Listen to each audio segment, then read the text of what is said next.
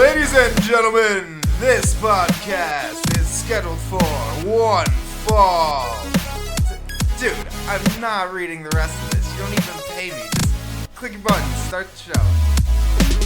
Thank you for joining us today. I'm your host, Matthew, and I'm joined by my accomplice, aka the Robin to my Batman, Joe. How you doing today, Joe? I'm gonna put the fucking pine sol on this table, shut it up real nice, and put you through it, and just fucking destroy it because I hate your face so much. I love you too, Joe. I loved my first one. The first episode of the Gimmick Table, and we're excited to be here today. We're giving you 3 episodes for our launch. After the launch episodes, we're also going to be announcing the winner of our pre-launch giveaway for a $25 gift card to ProWrestlingTees.com. Not to mention, we're also going to announce our first 3 giveaways sponsored by ThatWrestleClub.com and how you can enter those. But we have more important things to talk about right now. Let's get to our guest. He hails from Research Triangle Park, North Carolina. He is the Geek with the Physique, the world's strongest mathlete. Please welcome us in joining to the Gimmick Table, Seymour Snott. How you doing today, Seymour? I'm doing great. Thanks for having me, guys. Anytime. Thank you for being here with us. Kind of just to give everybody a rundown of what the Gimmick Table is all about. We love wrestling. We watch the stuff that you see on television. We watch the stuff that you can't see on television. And what these guys do, going out in the ring each weekend, week, year in, year out, giving us 110% just to bring enjoyment to us. We want to give something back to you guys, give you guys a platform, and we hope we can help improve your guys' reach as well as our own. Yeah, you know what? It's nice to see that people still enjoy doing the road warrior style of wrestling and are really trying to still put on great shows that people that still watch, like, you know, the WWE need to actually start going to these and realizing that people are out there doing it right in their hometowns and they have no idea that it's actually going on. And the effort that you guys put in makes us put the effort back into the show, and they will get into it. And just because the production isn't the same and it's not in some big arena, it doesn't mean that it's not great wrestling. All right, so we'll get right into it then. We have a couple questions here for you, Seymour. Seymour, you've been in the wrestling business for over 18 years. Kind of outline us for the events in your life that influenced your decision to become a professional wrestler. Well, I basically was a big wrestling fan when I was probably about 11 years old, so it was in the mid-'80s, and I just watched a lot of mid-'80s WWF, and it was all guys like the Hart Foundation, the British Bulldogs, Ricky Steamboat, and it was more of like the smaller guys that I kind of liked more than the bigger guys like the Hillbilly Jims and the Hulk Hogans and that. So I was a big fan, and, you know, I had a lot of Pro Wrestling Illustrated magazines and just big wrestling fan growing up. And then when I got older, you know, I ended up I decided that's what I wanted to do when I got out of the Air Force. So that was it, and that was in the late 90s. So. And back then, it wasn't easy to break into pro wrestling. So how did you get your start as a wrestler? Well, actually, it's a funny story. I went in the back of a Pro Wrestling Illustrated, and I found a book on how to get into wrestling, which was written by Paul Bearer and Dennis Brent, who was he wrote for WCW magazine and stuff. And they wrote this little guidebook of wrestling terms and how to, you know, wrestling schools that were actually around. But to get a hold of them, you had to actually write letters. And, you know, this was, of course, before the internet exploded. So I wrote to all these schools all over the country, and I heard from one in Hayward, California, and that's where I ended up going to wrestling school at. And how long did you stay in all pro wrestling for? I was there for about 3 years. I started in the summer or fall of 98. I moved into the gym, and that's where it was like Mike Modest, Donovan Morgan, Frank Murdoch, Vinny Massaro. So, and I was in class with Bison Smith, who wrestled for Pro Wrestling Noah, and he wrestled down in Puerto Rico too. And Mike Modest was the one who actually helped you come up with the gimmick for Seymour Snott. Oh yeah, he saw me.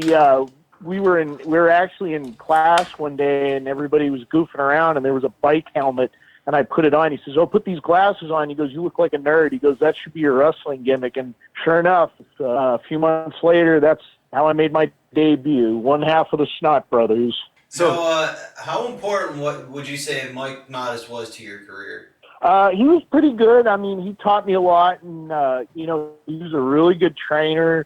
It's not like something you just start off and you take a few bumps and you're like ready to have a match. I mean, he really works with you and tried to bring out the best in you and that. And a lot of guys, unfortunately, wrestling training for a lot of guys today is like, they just want to have their first match and they don't really get to work on the finer things. They just, they're kind of go at it for about a month or so. And then they're like, well, I think I'm ready. And they just don't really know the finer points of actually, of how to really put a match together or anything like that. The mechanics are very, very bad with a lot of guys that I do see. Like, how long would you say that it takes really, but like training? What do you think is a proper amount of time of training before like you're really ready to get in front of a crowd? I would say anywhere from 6 months to a year. I know it sounds like a long time, but the truth is it's like, you'd rather go out. I mean, it's like anything else. It's like, wrestling schools, some of them are kind of a fly-by-night operation, but you want to really go in there and know what you're doing in that. And it's unfortunate that, like a lot of people, they kind of have like this theory about wrestling and they don't understand how much of an art it really is. And, it's not just going out there and, body slamming someone. It's learning how to,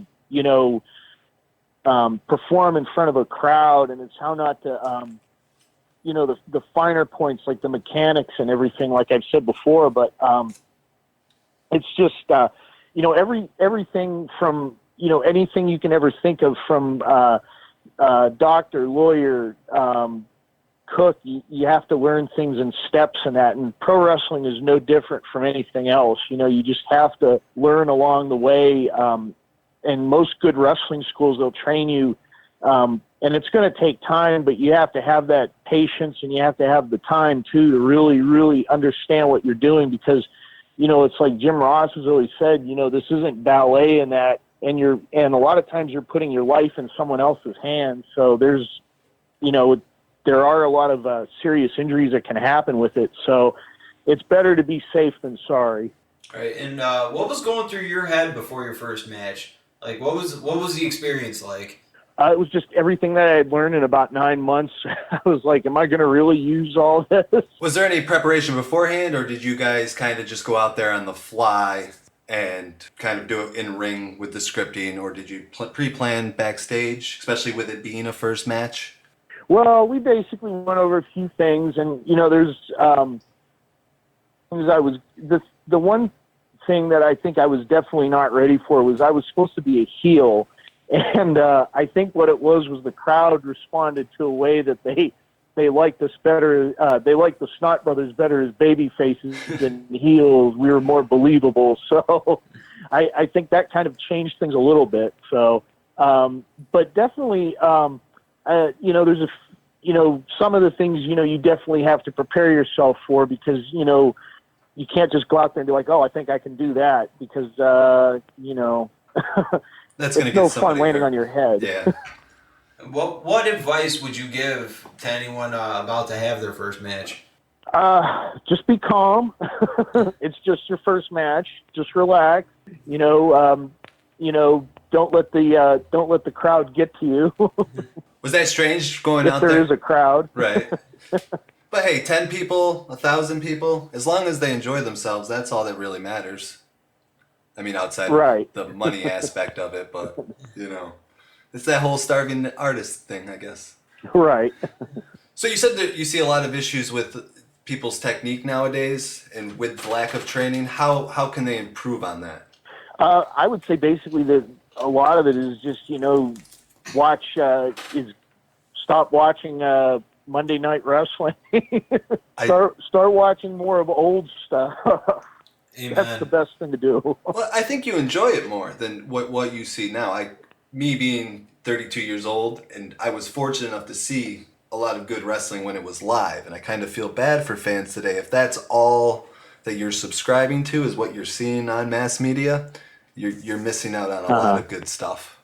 Oh yeah, I mean, going back to the 80s and into the 90s, it's like, we had choices from, it was WWF, AWA, NWA, World Class, so there was always a broad spectrum and different styles you could see on television, and it was on television. It wasn't just on a computer or anything. So we were being exposed to different territories and promotions and that. So I think it really, once I started wrestling and I broke in and everything, by that time in the late 90s, a lot of guys were like, they were big fans of like Rock and Roll Express and Midnight Express and that.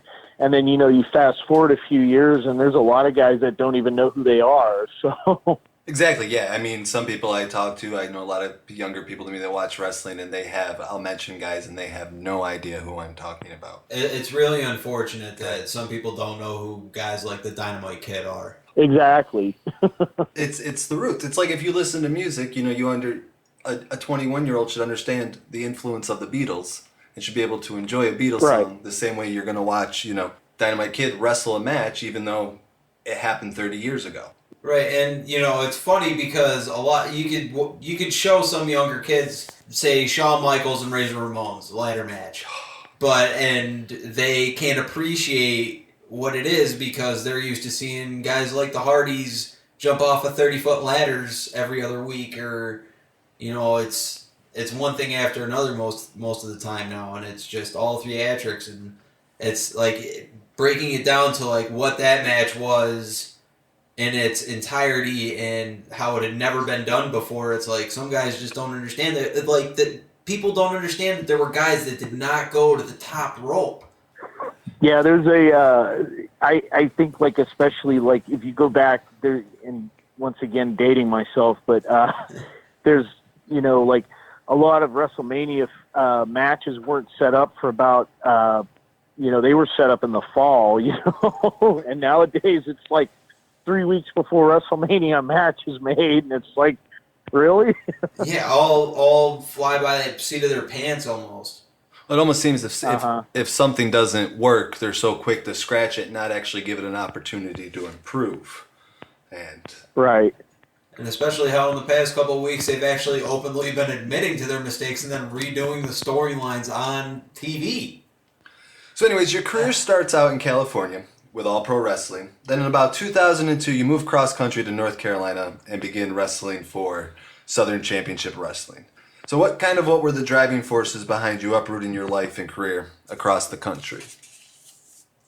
Well, I had family that was settling down in North Carolina, and at that time that I was when I was living out in California, I was like, it was okay and everything, but I was kind of out there on my own and everything, and it was okay, but I really wanted to get closer to the East Coast, so I ended up moving in with my sister, and she was living down in Raleigh, and I'd been in Raleigh for about a week or so, and then her boyfriend at the time was like, oh, there's a wrestling show going on downtown, why don't you go check it out? And I said, all right.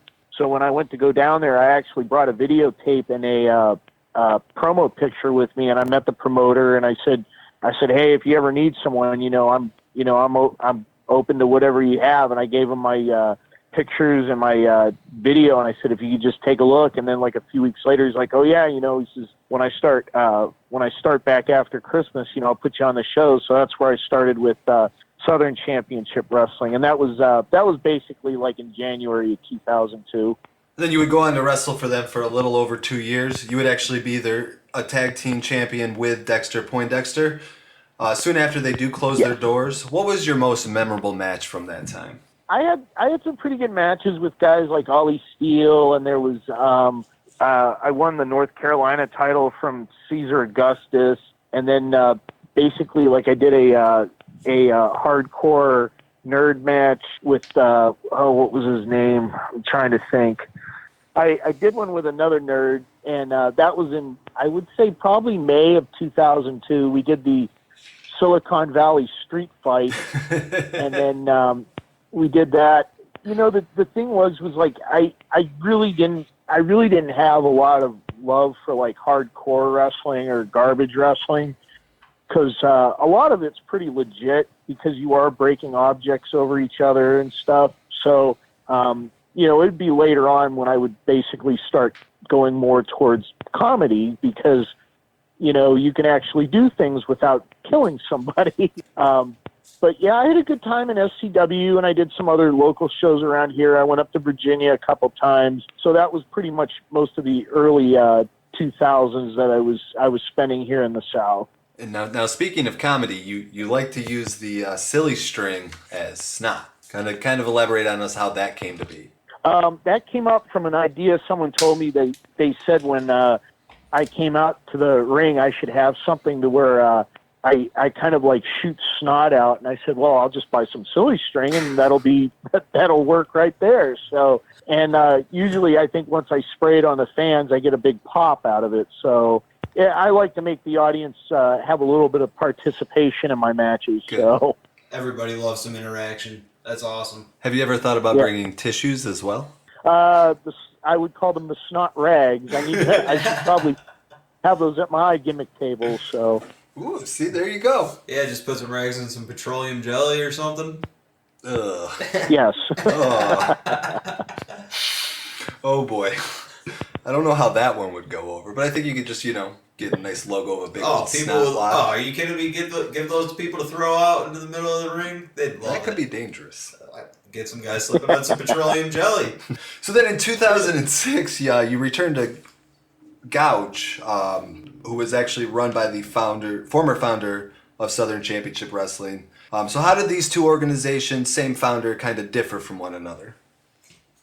Well, SCW was kind of more of a Southern independent, I call it wrestling promotion, because it was more it had its peak with when they had people like the Hardys and C.W. Anderson and Lodi and Shane Helms and the Dupps and everything. So that was kind of like their peak period of time, like in the mid to late 90s. And then into the early 2000s, a lot of independent promotions actually started closing down or they weren't doing too well because a lot of guys were actually, you actually had ECW and WCW went out of business. SCW was just kind of having problems at the time and getting venues. So they shut down for I'd say about 2 years or so, a year and a half. And then the idea to bring GOUGE in came out when a lot of these independent promotions were trying to be, they were trying to be kind of like NWA or the new Crockett or whatever. And it's like, dude, it's like 2006. It's time to do something new. So GOUGE kind of came around, and it was a decision to go more comedy and gimmicky and character-driven stuff than had been seen before. And I think it was a good decision because it was kind of fresh to have that around rather than being like the regular other independent promotions that were in the area. Exactly. You have to differentiate yourself. Eventually people are going to get bored with seeing the same thing over and over again. And innovation is key in any line of work, really, to stay relevant. So you spent most of your time in GOUGE since then, correct? Yes. And you've actually done very well for yourself. Both, obviously, you've gotten over really well with the fans. Two-time GOUGE Tag Team Champion. You held the GOUGE Heavyweight Championship for a total of 441 days. Is that the longest reigning there? No, it's one of the. I think it's the third or second, but it was close. I had the most varied. I had the biggest variety of opponents, though. I never faced the same guy in a row. So. Yeah, actually, I looked that up. That was the one thing I was like, I saw 441 days. I was like, this has got to be the longest reign. And then I was wrong. That's why I fact-check things before I write them down. It's the first for everything. So, and speaking of which, you've been successful both in the ring and, again, getting over with the fans. What allows you to do that? What do you believe has made you so successful with the fans and in the ring? I think it's probably because of my gimmick. I mean, it's not really like, I don't really take myself too seriously. And when you do something that's a little bit late or whatever, but I think the fans like that a little bit more. They don't like to see, they're obviously not hardcore wrestling fans, and there's a few that are, but I think everybody just wants to go out there and be entertained, and I try and do that the best I can. So I kind of just go out there and let the character and the costume do all the work. So speaking of that, when can we see you in the ring again? Do you have anything coming up that we can help you promote? Yes, August 13th, I will be at NC State for, I think it's Field Days. We'll be a part of it for the North Carolina State University. And then on August 26th, I will be in Roanoke Rapids, North Carolina for Rage Wrestling. Tell us a little bit about Rage. It's actually a new promotion that started up in Roanoke Rapids, and it's close to Virginia borders. So it's kind of a new thing that a few guys actually started that are just one of them was actually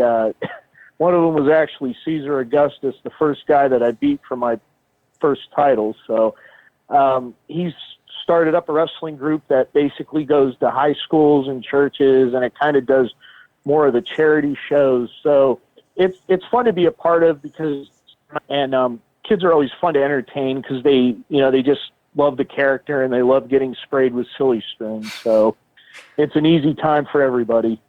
Now, do we see a lot of wrestlers going into the promotion end of the business after maybe they stop wrestling? You know what? I see a few that do it. I'd actually like to see more, because no pun intended. But I'd actually like to see a lot more guys that have had the experience run shows, because I think it would help out a lot better. Sometimes people get into wrestling and they don't know what they're doing, or they've never been a part of it, and it's kind of like, for them, it's like, oh wow, this is great, and then they don't realize how actually hard it is, But usually, like an ex-wrestler, former wrestler, they can put together a wrestling card, and it's really no problem at all, or they at least have the basic mechanics and understanding of it. Yeah, if you look at kind of like at NXT and what Triple H has done down there, in comparison to what you're seeing on the main roster, he's done a lot of great things, and I think that's because of the wherewithal he has from living and breathing this industry. You can really see the difference in the way that he runs his shows from the people in the upper echelon in WWE. I don't even know if it's Vince at all calling the shots, but because that dude's got to be senile by now.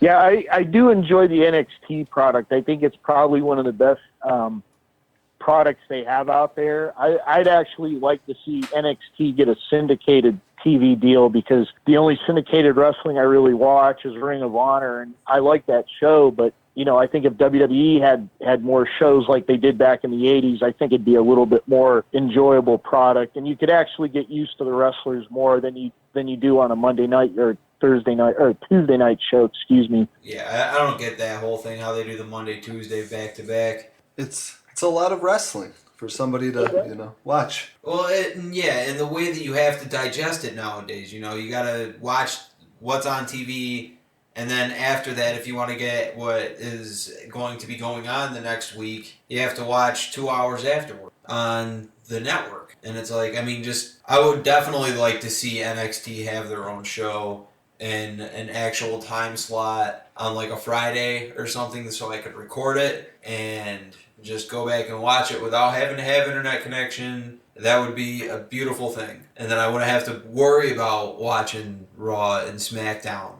I could just watch NXT. And so I actually envy you, because you get Ring of Honor, which I don't. I feel bad when I have how is that? I have to download it illegally, but hey, if you're not going to provide it, I will find a way. Before we get into the fun part of our interview, my little game that I made, everybody listening, again, thank you for listening, but I want to tell you about the first of our 3 launch contests. So again, we're working with thatwrestlingclub.com, and we're going to give away one of their heavyweight crates.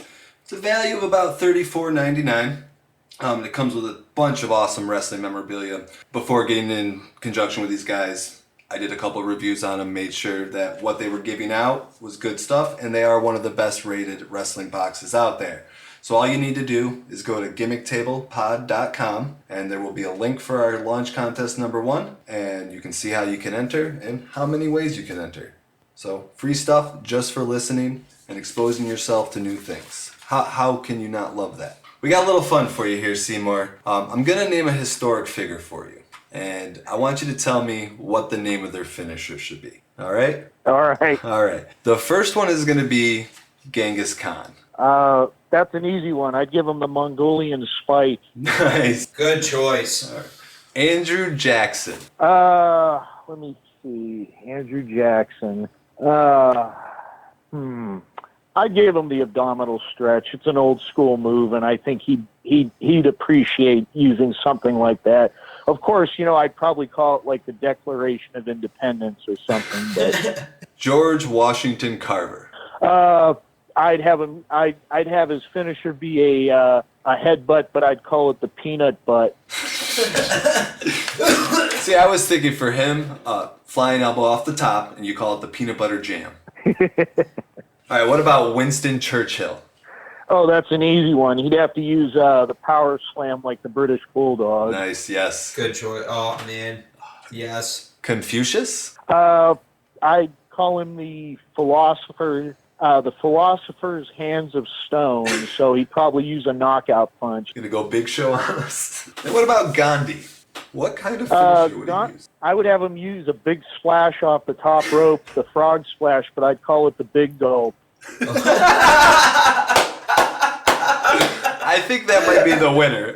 I don't know how you're going to top that one. Malcolm X. Malcolm X. I'd have him use the sleeper hold because when I went to see his movie in the theater, all I got were Z's. So I would say the sleeper. I hope Spike Lee is not listening. All right, the next one, Richard Nixon. I'd have him use the tape around the knuckles, and he'd knock someone out with it. What about Miss Joan of Arc? Probably the water gates of hell. Oh, I'm sorry. Go ahead. That was better. For Nixon, I'd go back and I'd say water gates of hell. So probably a submission move, I guess. Like something like a camel clutch. Oh man, I can see Nixon doing that into the hard camera. And then Miss Joan of Arc. Joan of Arc, fireball. And then the man I'd most like to have dinner with, Caligula. Oh, Caligula. Let me think. You know what? He'd have to use a money shot. Big splash with him, too. So. All right, fair enough. See, this could be fun. All right. So really, that's going to do it for today. That's all the questions that we have. We want to thank you for being here. I do have one more thing. What advice just really do you have for anybody out there who's a fan and only sees the WWE? Obviously, whether it's because that's all you've ever been exposed to, whether that's all you have the ability to watch, what would be the reasons for them to go out to an indie show? It's a different product. There's more variety. You're able to interact with the matches more. You'd have a great time, and it's definitely an experience you won't forget. Well, we thank you for being here. Please let me know if you have any flyers or stuff for the internet for those shows you got coming out. We'll make sure those get retweeted till people can't stand our retweets anymore. All right. And we will love to have you back on the show at any time. Thank you again for being our first guest. It was an absolute pleasure. Oh, thank you for having me. Guys, before we go, we just want to thank you for listening to our episode. Feel free to reach out to us on social media or at thegimmicktablepod.com. Our next episode will feature an up-and-comer, the NWA Heritage Champion, Tectonic. And you don't have to wait till next week to download because it is available now on iTunes and Stitcher as the second episode of our launch extravaganza. Have a good day, folks.